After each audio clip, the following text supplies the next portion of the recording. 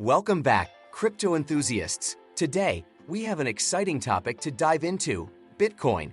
In this video, we're going to demystify the world's most popular cryptocurrency and explore how it works. Whether you're a seasoned investor or new to the crypto scene, understanding Bitcoin is crucial in today's digital age. So, grab a cup of coffee, sit back, and get ready to embark on an enlightening journey as we unravel the secrets of Bitcoin and shed light on its fascinating inner workings. Let's jump right in. History of Bitcoin. On October 31, 2008, a person or group going by the pseudonym Satoshi Nakamoto published the Bitcoin white paper.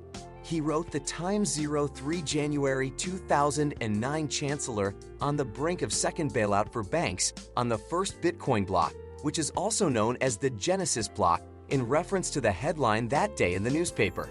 Even though numerous efforts have been made to locate or identify Nakamoto, little is known about him. Several people have claimed to be Nakamoto, but they have not provided sufficient evidence to back up their claims. While it is a significant detail of the story, Nakamoto's character is just a piece of the general story about a computerized likeness cache. How does Bitcoin work? The first is the process of creating or mining Bitcoins and validating network transactions. No single power or association controls Bitcoin's mining or conveyance, since it is a decentralized framework. Bitcoin mining and distribution are automated. Rules for distributing Bitcoin to miners are set by mining algorithms. Cryptography capabilities are utilized for client security and exchange straightforwardness.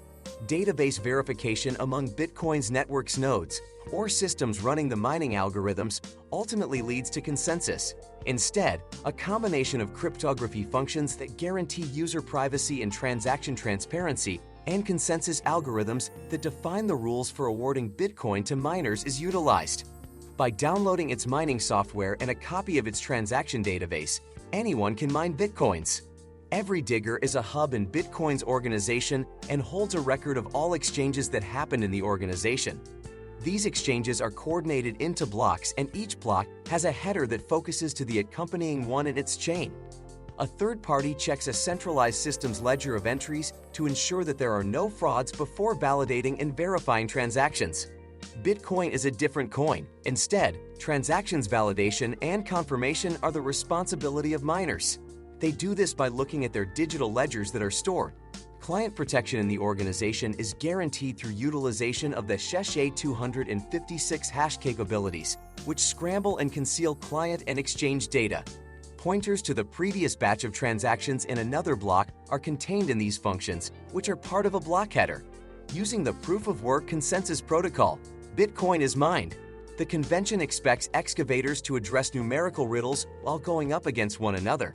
A predetermined number of Bitcoins are given to the first miner whose solution is the closest to the correct one. These honors understand a rationale of diminishing returns E. Diggers procure less Bitcoin with time. In a process known as halving, the amount of Bitcoin distributed is divided by 2 every 4 years. For instance, in 2012, the miner's reward was 25 Bitcoins, and in 2016, it was 12.5 Bitcoins. In May 2020, the most recent halving event took place, bringing the total reward down to 6.25 Bitcoins. The manner in which transactions are carried out on the Bitcoin network is the second crucial concept to comprehend.